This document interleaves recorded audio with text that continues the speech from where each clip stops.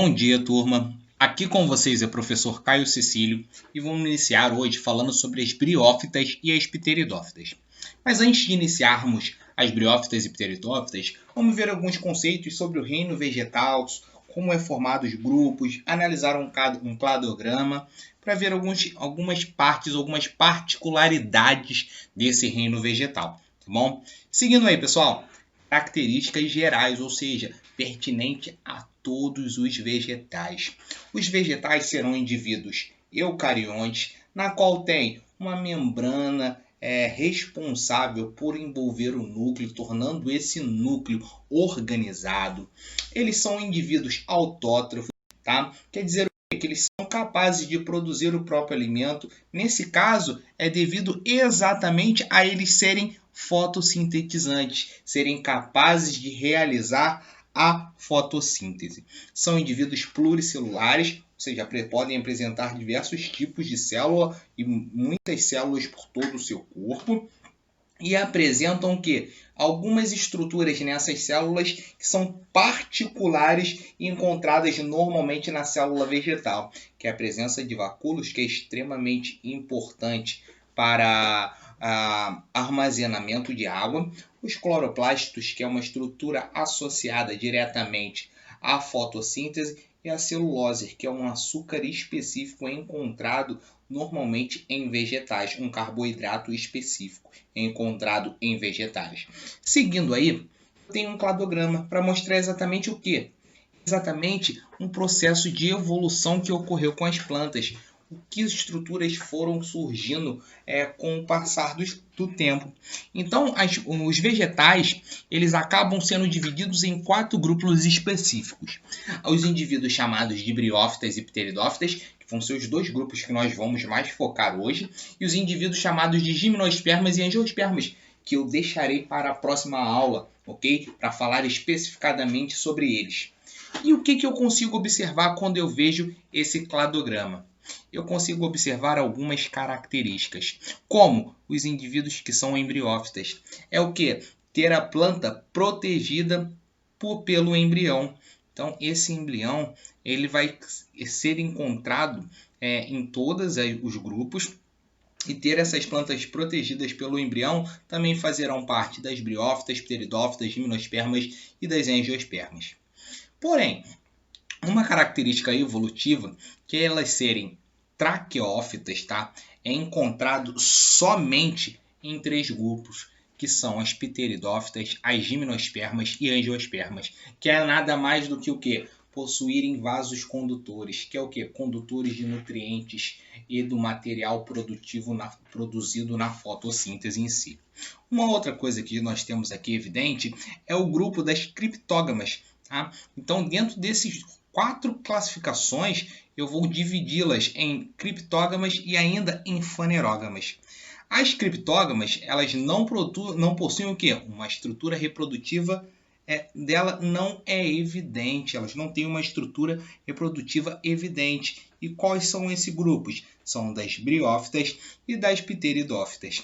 E já as plantas, o grupo de vegetais que normalmente apresenta essa estrutura reprodutora evidente, vai ser as gimnospermas e as angiospermas.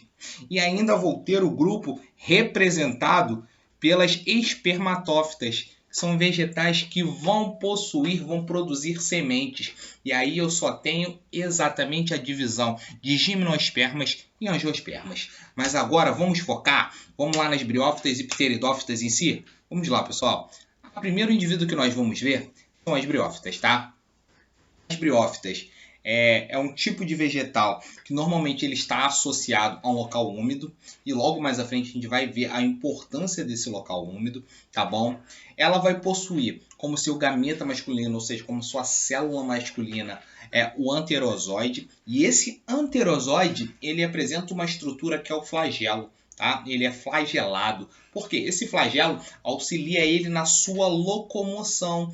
E exatamente ele precisa de um local úmido, porque o flagelo normalmente ele ajuda na locomoção em um ambiente aquoso, tá bom? Eu vou ter ainda a presença do quê? Do gameta feminino, que é denominado de oosfera, tá? Sem contar que essas briófitas elas vão ter uma fase predominante da sua vida, que é chamada de gametófita, tá? Essa fase gametófica é uma fase haploide em si, tá? Ou seja, em que os indivíduos vão ser formados através de um organismo haploide, tá bom?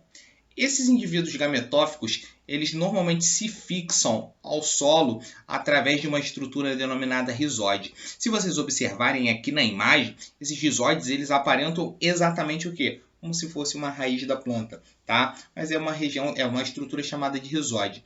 Além de ajudar na fixação ao substrato, ou seja, ao solo, ele vai ajudar na absorção de água, que normalmente vai ser transportado célula a célula nas briófitas, tá? Além dos rizóides, eu vou ter outras estruturas, como os filóides e os cauloides, tá? Que estão evidenciados aqui os filóides e aqui os cauloides.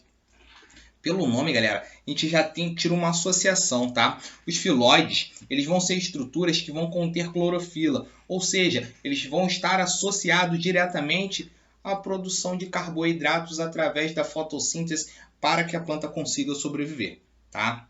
Além disso, eles têm uma epiderme, uma estrutura normalmente bem fina na sua epiderme, tá? Ela é acaba sendo essa epiderme sendo considerada uma folha primitiva. E nessa epiderme ainda eu vou ter a presença o quê? De uma cutícula, de cutina, que é uma cera em si, que vai ajudar o quê? Proteger exatamente o grupo de briófitas da desidratação, ou seja, que ela tem uma perda de água, tá? Seguindo aí, o embrião que é formado no grupo das briófitas, tá? Pela união dos gametas gerados, ele vai ser normalmente do próprio gametófito. Eles vão ter o quê? Nutrientes para se desenvolver.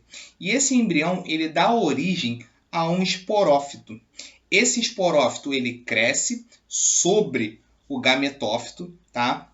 E na cápsula do esporófito encontra-se o esporângio, que é a estrutura responsável por produzir esporos, que dará origem obrigatoriamente a novas briófitas.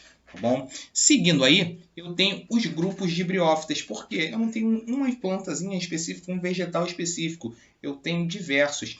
Então eu tenho aqui o filo Hepatophyta, que vai estar compreendido pelas plantas conhecidas como hepáticas, tá? Elas levam esse nome porque elas têm um formato muito ligado, uma morfologia muito parecida, como se fosse um fígado.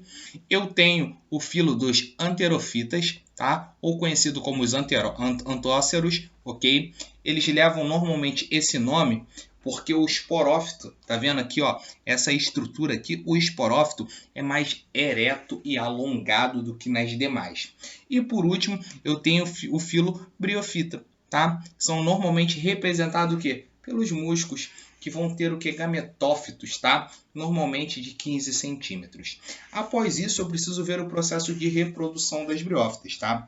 Esse processo de reprodução das briófitas começa diretamente na produção do esporo. Esse esporo, ele vai formar um gametófito, tá? Que é a origem o quê? De uma nova briófita. Essa nova briófita vai formar esporângios. Esses esporângios, tá? Eles vão ser capazes, normalmente, da produção dos gametas, principalmente do anterozoide. Esse anterozoide, tá? Localizado na região do anterídeo, quando ele tiver contato com a água, ele vai se movimentar até chegar ao arquegônio, que é o quê? Aonde vai estar a oosfera, que é a região feminina em si da planta. E assim ele vai o quê? Fecundar essa oosfera, formando uma estrutura denominada zigoto, tá? Vai acontecer um processo de fertilização ali assim. Então, logo após formar esse zigoto, ele vai sofrer o quê? Intensas mitoses gerando em si um embrião, tá? Então, esse embrião acaba ficando protegido, como vocês podem observar, ele fica protegido dentro, normalmente, do arquegônigo, e ele vai passar por diversas mitoses, até que ele gera o quê? Um esporófito secundário, que vai originar em si, tá? Novamente, um processo em que ele vai gerar uma haste, que que é exatamente essa estrutura aqui que nós estamos vendo.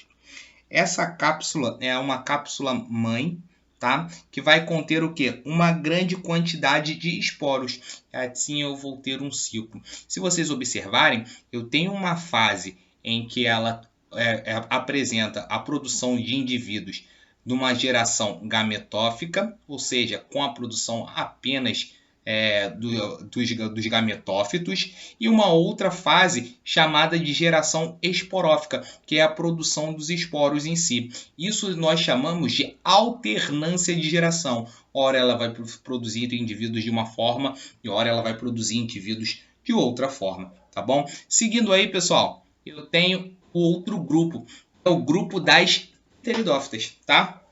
O grupo das pteridófitas, que são consideradas traqueófitas, que é porque exatamente elas possuírem vasos condutores. Acreditando que essas pteridófitas são os primeiros indivíduos que tiveram como primeiro ancestral assim a possuir vasos condutores. Então, de um pouco diferente das briófitas, elas vão apresentar um tamanho maior do que normalmente as briófitas tinham, devido exatamente a ter esses vasos condutores.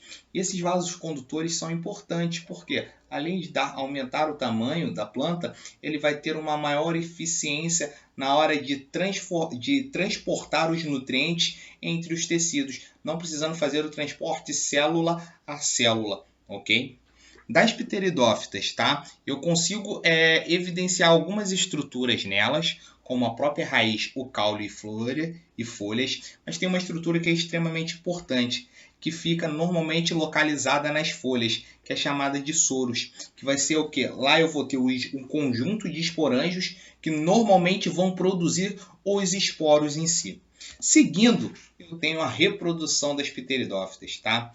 Essa reprodução das pteridófitas, vocês podem perceber que pode ocorrer, tá? A produção dos esporos de duas formas. Eu tenho a homoesporia, que é a produção de esporos de apenas um sexo, e tenho a heteroesporia, que é a produção de esporos de dois sexos em si, tá bom? A fase mais duradoura nas pteridófitas é chamada de fase esporofítica, que nós vimos anteriormente nas briófitas, em que também ocorre devido à alternância de geração. Mas lá, a fase mais duradoura, em que o indivíduo vivia por maior tempo, é a fase gametofítica, ok?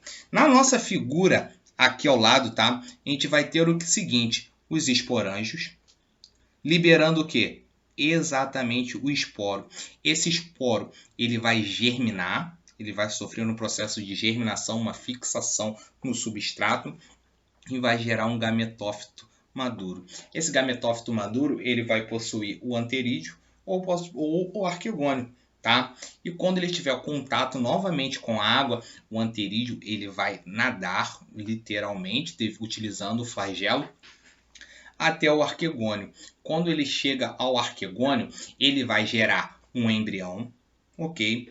Esse embrião ele vai ser esporofítico, ok? Então aqui eu já tenho uma fase esporofítica que vai gerar o quê? Um novo indivíduo esporofítico maduro, que vai produzir nas suas folhas os esporângios, da região que a gente conheceu agora como os soros, que vão ser responsáveis por produzir quem? Esporos, que vão novamente reiniciar esse ciclo reprodutivo das pteridófitas. Seguindo ainda, eu consigo ver o quê? Os grupos pteridófitas. Eu tenho o filo Pterofita, que vai incluir quem? Vai incluir samambaias, avencas, tá? Além disso, eu tenho, foram incluídas muito recentemente as psilófitas, que fazem parte do grupo das Equisetum, ok? E ainda tenho o filo Licofita. O filo Licofita ela vai incluir plantas específicas, que são do gênero Lycopodium e Selaginella, ok? Então, pessoal, fechamos aqui as briófitas, pteridófitas e alguns conceitos básicos sobre o reino vegetal. Voltamos na próxima aula. Um beijo para todos vocês.